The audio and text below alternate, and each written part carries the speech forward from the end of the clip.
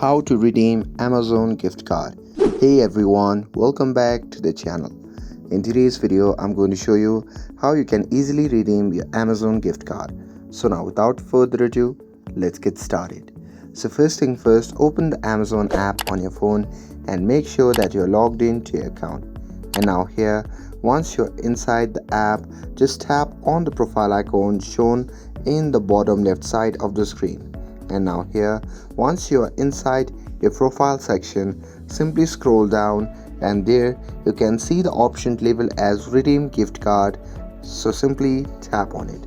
And now here, once you tap on it, on the new interface, simply tap on the text box and simply enter your claim code. And once you're done entering, just tap on apply to your balance button, and after that the gift card will be applied to your Amazon account. And that's it. That's how you can redeem Amazon gift card. With this, if you found this video helpful, then don't forget to like, share and subscribe to get updated for more videos. Thanks for watching and I'll see you in the next video.